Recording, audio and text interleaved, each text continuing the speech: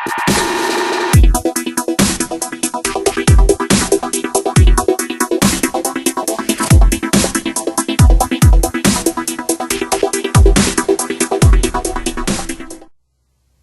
YouTube, this is GeekyAustin, and I just got back from seeing the new DC superhero film Wonder Woman. This movie was directed by Patty Jenkins and stars Gal Gadot, Chris Pine, and David Thewlis. Now overall, I found this movie to be really good. It was entertaining, and in my honest opinion, I think this was the best DC film since the Dark Knight trilogy. Because Man of Steel, while it had good moments in it, I just didn't like the way they took the character of Superman in that movie. And of course, other than the product placements and some other small things here and there, I found it just to be okay. I didn't really care for it that much.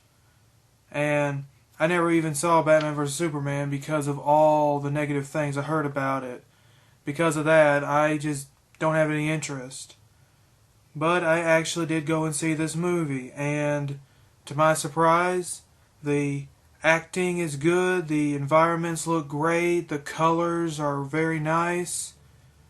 The lead female and actor, their chemistry is great, surprisingly.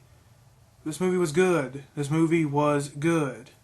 Gal Gadot plays Diana, or Wonder Woman, our main lead, and throughout the whole movie, she shows off energy, she shows off pride, she shows off all the things that you would want to see in a superhero.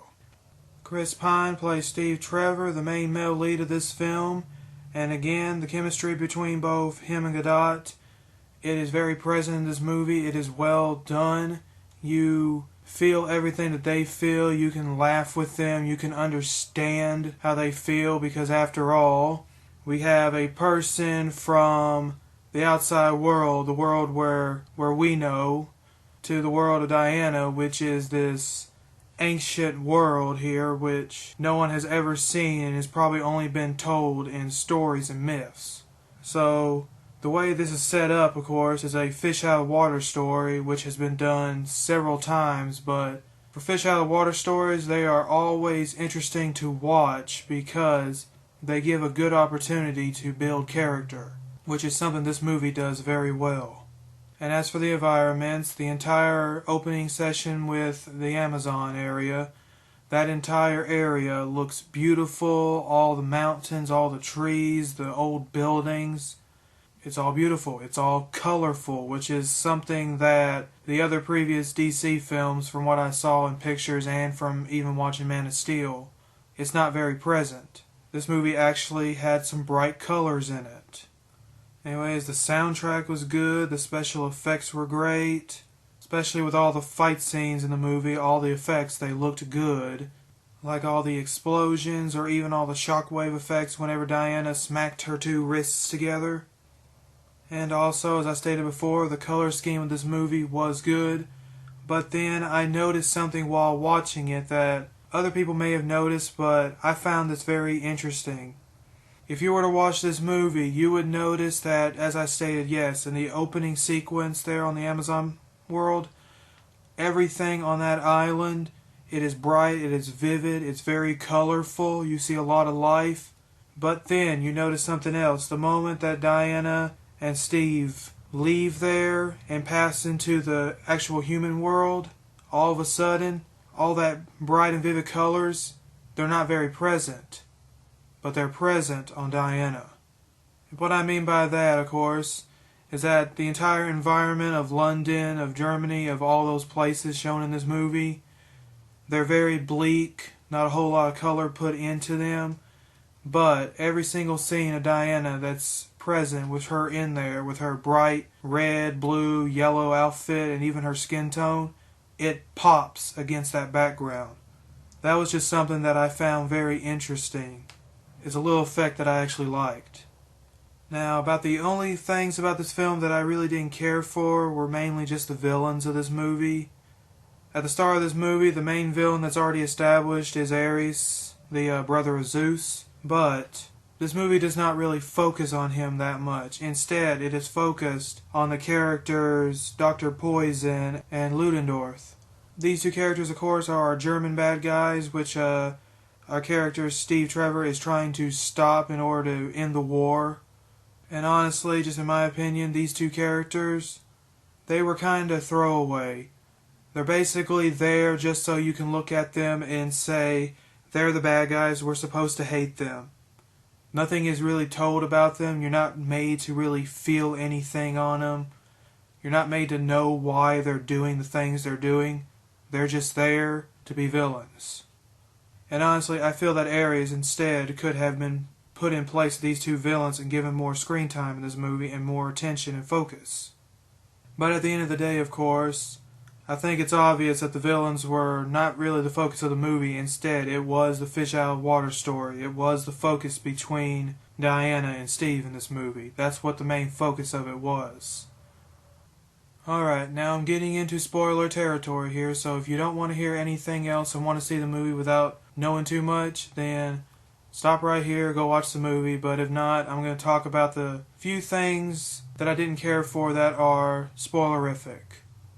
Now, as I already stated with the villains, I feel that Ares should have had more focus.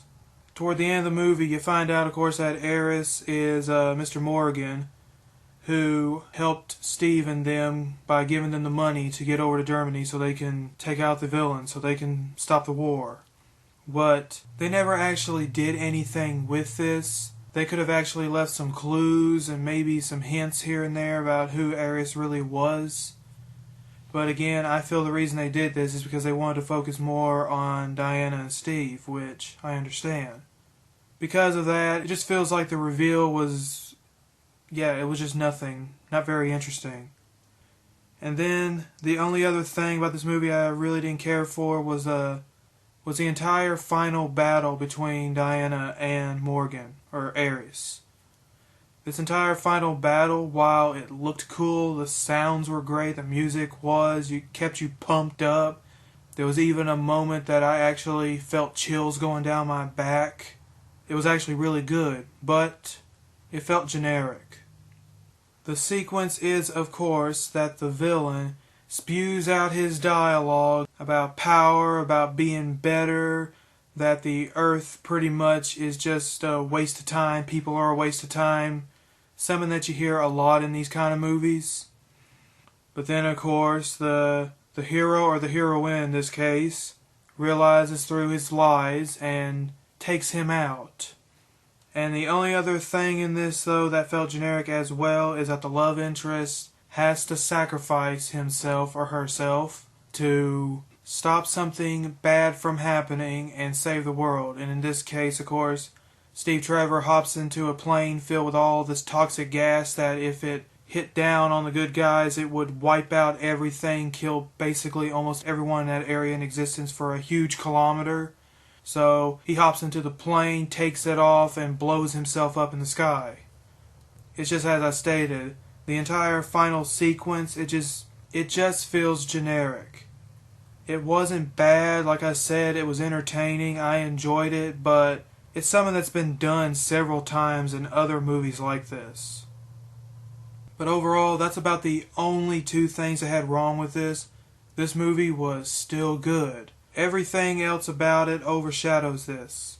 The fish out of water story does, the lead actor and actress, those two, they blow this out of the park. The music, the effects, the environments that are shown, the color scheme that I mentioned, all of these things overshadow these other two little small things that I had problems with. Overall, I would actually give this movie a 4.5 out of 5 or an A-. If it just weren't for these two little things, I would have actually found this to be a perfect movie. Still, I recommend this film. I recommend you go see it. This is without doubt the best DC movie that has been done in quite a while. And thank you so much, guys, for listening. This has been Geeky Austin.